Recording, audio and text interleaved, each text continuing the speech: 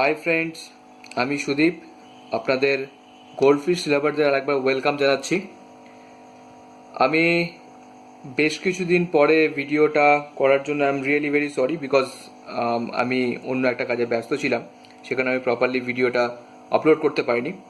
প্রচুর লোকের ভালোবাসা এবং কমেন্টস আমি পাওয়ার জন্য thanks to all of you.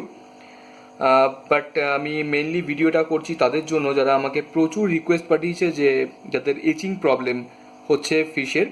তো সেই ইচিং প্রবলেম নিয়ে আজকে আমি আপনাদের বলবো যে কি করে সেটাকে প্রিভেন্ট করবেন, কি করে চেক করবেন এবং কি করে সেটাকে ঠিকঠাক করবেন। তো এই প্রসিডিওরগুলো আমি আজকে এই ভিডিওতে আপনাকে বলবো। হোপ যে আপনারা সেই প্রসিডিওরগুলো ফলো করবেন এবং আশা করি তারপরে আপনাদের সেই প্রবলেমগুলো আর হবে না। So before start this video, please আপনি আমাকে কমেন্টস করবেন, শেয়ার করবেন এবং ভিডিওসগুলো আপনাদের বন্ধু বান্ধব যাকে বলেন সব শেয়ার করবেন আর কমেন্টস লাইক অবশ্যই করবেন। So let's start. First of all, আপনাদের মাছের বা আপনার গোল্ডফিশের গায়ে যখনই দেখতে পারবেন যে কোনো সাদা রঙের একটা আস্তরণ মতো, যেটাকে নুন টাইপের গায়ের মধ্যে কোথাও জমে গেছে কিংবা একটু গুঁড়ো চিনি টাইপের জমে আছে, সেগুলো আর কিছুই না, সেগুলো হচ্ছে গোল্ডফিশের একটা ইচিং প্রবলেম। সেটা গোল্ডফিশের খুব নর্মাল একটা প্রবলেম, যেটা সবারই হয়ে থাকে। মোস্ট অফ দ্য পিপলের এই কারণের জন্যই গোল্ডফিশ মারা যায়। তো ফার্স্ট অফ অল যখনই আপনি ওটাকে দেখবেন, ইমিডিয়েট অ্যাকশনের রিকোয়ার্ড। সো আপনি কি কি করবেন সেটা আমি বলছি। তার আগে আপনি ঠিকঠাকভাবে চিহ্নিত করে নিন যে রোগটা আমি বলছি সেটা সেই রোগই কিনা। আপনি লেজ দেখতে পারবেন, লেজ ছিঁড়ে ছিঁড়ে যাবে, লেজ পুরো মানে লেজের গায়ে ফিনের বিভিন্ন জায়গায় সাদা সাদা স্পট হয়ে যাবে। তার সঙ্গে বিভিন্ন ফিশের কানকের সামনে বডির বিভিন্ন জায়গায় সাদা সাদা হোয়াইট স্পট হয়ে যাবে। যেগুলো যখনই দেখতে পারবেন সঙ্গে সঙ্গে ইমিডিয়েট অ্যাকশন রিকোয়ার্ড। ইমিডিয়েটলি সেগুলোকে আপনার নজর করে তার জন্য প্রিভেন্ট দরকার। তো সঙ্গে সঙ্গে ফার্স্ট অফ অল কি করবেন, যখনই এটা দেখতে পারবেন তার আগে ফার্স্ট আপনি ফিশগুলোকে নিয়ে তার কানকোর কাজটা গিয়ে দেখুন যে কানকোর অবস্থাটা কীরকম। বিকজ এই সময়টা মেন প্রবলেম কী হয়, অক্সিজেনে এই সময় জলে অক্সিজেন এরা কিছু কম নিতে পারে। তো সেই কারণে যেন অক্সিজেন অভাবে পড়ে থাকে।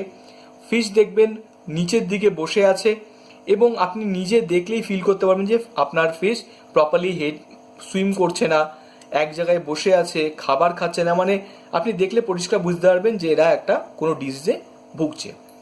তো ফার্স্ট যেটা করবেন, একদম ফার্স্ট অ্যাকশন হচ্ছে আপনি আপনার ফিশ যেটাতে প্রবলেম হয়েছে সেটাকে আগে চিহ্নিত করুন। যদি সবকটা হয়ে থাকে তাহলে আলাদাভাবে দেখুন, আর যদি মনে হয় কোনো ফিশ ভালো আছে তাহলে সেটাকে অবশ্যই আপনি সরিয়ে নিতে পারেন। বাট আমি বলবো যে যদি এই ফিশগুলো থাকে, মোস্ট অফ দ্য টাইম কি হয় সবার মধ্যে এই ইনফেকশনটা ছড়িয়ে যায়। তাহলে আপনি ফার্স্ট কি করবেন, যখনই এটা দেখতে পারবেন জলের মধ্যে আপনার ফার্স্ট টেম্পারেচারটা বাড়াতে হবে। অর্থাৎ টেম্পারেচারটাকে 48 ঘন্টা, মাথায় রাখবেন 48 ঘন্টা, প্রত্যেক 1-2 ঘন্টা পর পর 1 ডিগ্রি করে বাড়িয়ে দেবেন। অর্থাৎ জলের টেম্পারেচারটা নিয়ে যেতে হবে আস্তে আস্তে 30 পর্যন্ত, 30 ডিগ্রি পর্যন্ত নিয়ে যেতে হবে এবং সেটা থাকতে হবে 10 দিন। 10 দিন কনস্ট্যান্টলি টেম্পারেচারটাকে 30-এ নিয়ে যাবেন। আর 1 ঘন্টা পরে পরে টেম্পারেচারটা এই কারণে বাড়াতে বলছি, নাহলে পরে অল অফ আ সার্টেন এরকম এত পরিমাণ টেম্পারেচার বাড়ালে হয়তো ফিশেরা প্রবলেম হতে পারে। সেই কারণে 1 ঘন্টা পরে পরে বাড়লে সেটা প্রবলেম আর হবে না। ফার্স্ট। সেকেন্ড হচ্ছে, আপনি যখনই দেখতে পাচ্ছেন যে জলের টেম্পারেচারটা বাড়াবেন, তখন জলের টেম্পারেচারটা বাড়ানোর কারণ হচ্ছে আপনাদের জলে যে ইচিং প্রবলেমটা ফিশেদের হচ্ছে, সেটা যে প্যারাসাইট যেগুলো আপনার ওদের গায়ে হয়েছে সেগুলো রিপ্রোডাকশন করতে পারবে না। অর্থাৎ রিপ্রোডাকশনটা বন্ধ হয়ে যায়, তারা প্রপারলি কাজ করা বন্ধ করে। সুতরাং আপনার ফিশ ভালোর দিকে এগোতে শুরু করবে। তো ওটা হচ্ছে ফার্স্ট আপনার রিকোয়ারমেন্ট, যেটা আপনি টেম্পারেচারটা করবেন। থার্মোমিটার ঢুকিয়ে থার্মোমিটার কি করে করতে হয় তার আমি ভিডিও অলরেডি বলে দিয়েছি। যে থার্মোমিটারে ইউজ কি করে করতে হয় সেটা আমি অলরেডি বলে দিয়েছি আমার প্রিভিয়াস ভিডিওতে, তা আপনি সেগুলো দেখতে পারেন। সেকেন্ড যেটা করবেন সেটা হচ্ছে জলের মধ্যে প্রপারলি সল্ট মেশাবেন। অর্থাৎ প্রত্যেক টিস্পুন দেবেন, প্রত্যেক 1 গ্যালন জলে প্রত্যেক টিস্পুন নুন মেশাবেন।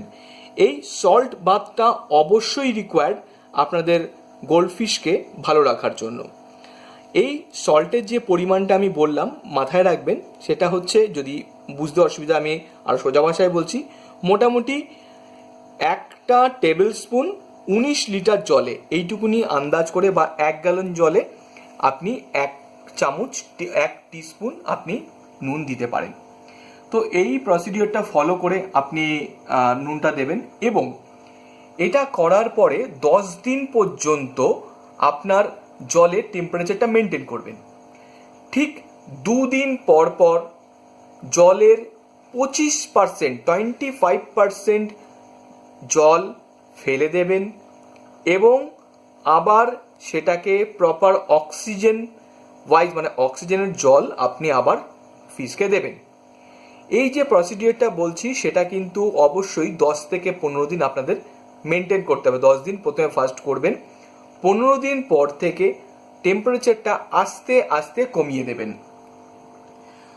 কিন্তু তার আগে আপনাদের বলে রাখি যে জল এই টেম্পারেচার চেঞ্জ করা বা যে জিনিসগুলো আমি বলছি, অল অফ একটা মানে প্রত্যেকটা পার্ট আপনি একবার করে করবেন, মানে সব কটা জিনিস একসাথে করলে হয়তো প্রবলেম হতে পারে।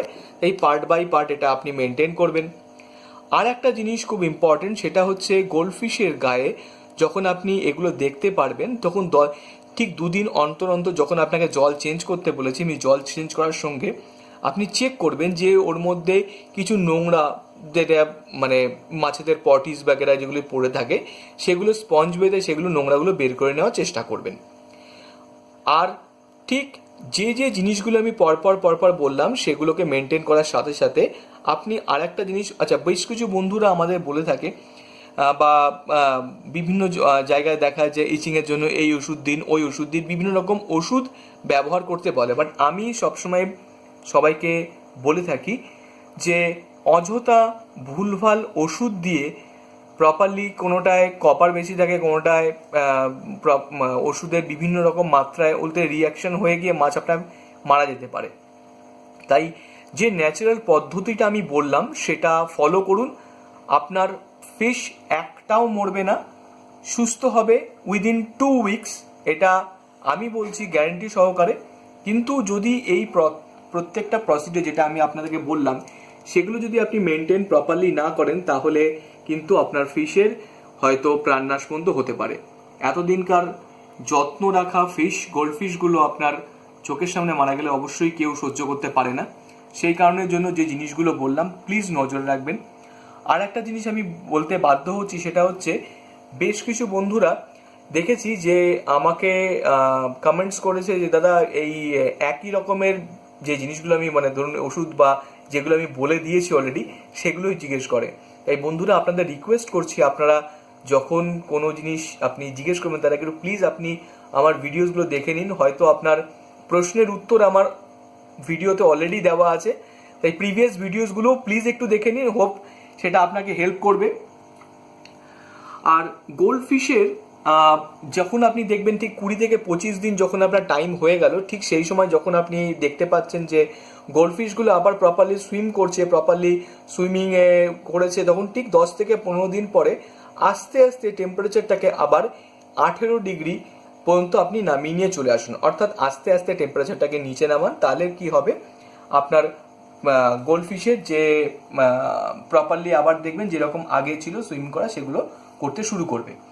আর একটা খুবই ইম্পর্টেন্ট জিনিস, সেটা হচ্ছে গোল্ডফিশের ফিনগুলোকে অবশ্যই নজর রাখবেন যে ওই ফিনগুলোতে যে প্রবলেমগুলো হয়েছিল সেগুলোকে আস্তে আস্তে চলে গেছে না, সেগুলো জাস্ট যেরকম ছিল সেরকম অবস্থায় রয়ে গেছে।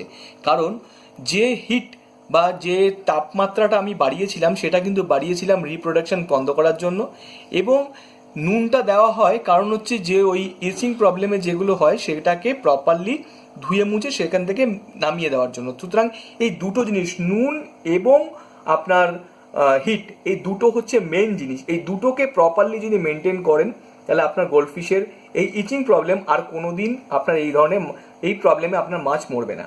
বাট 25% জল, 25% জল যখন আপনি চেঞ্জ করবেন, একটু যত্ন সহকারে চেঞ্জ করবেন, এবং তারপরে ঠিক সেম পরিমাণ নুন যেভাবে আমি আপনাকে বললাম সেভাবে আপনি দিয়ে দেবেন, তাতে গোল্ডফিশের যে ধরনের প্রবলেমসের জন্য আপনি বারবার কমেন্টস করেছেন, আশা করি আপনাদের কারোর আর গোল্ডফিশ বিনা চিকিৎসায় মারা যাবে না।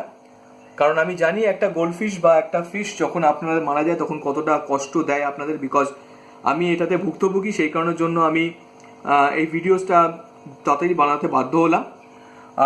আপনি দেখতে পাচ্ছেন আমি আমার গোল্ডফিশের অ্যাকোরিয়ামটাকে নতুনভাবে সেট আপ করেছি বা বিল্ড করেছি। হোপ আপনারা এটা লাইক করবেন। তো বন্ধুরা, এই বলে আমি আমার ভিডিওটা আজকে শেষ করছি। আমি নেক্সট আবার ভিডিও বানাবো, সেটা আমি আপনাদের শিগগিরই দেবো। Thank you very much. আর প্লিজ লাইক কমেন্টস অবশ্যই করবেন। থ্যাংক ইউ আমার গোল্ডফিশ লাভার বন্ধুরা।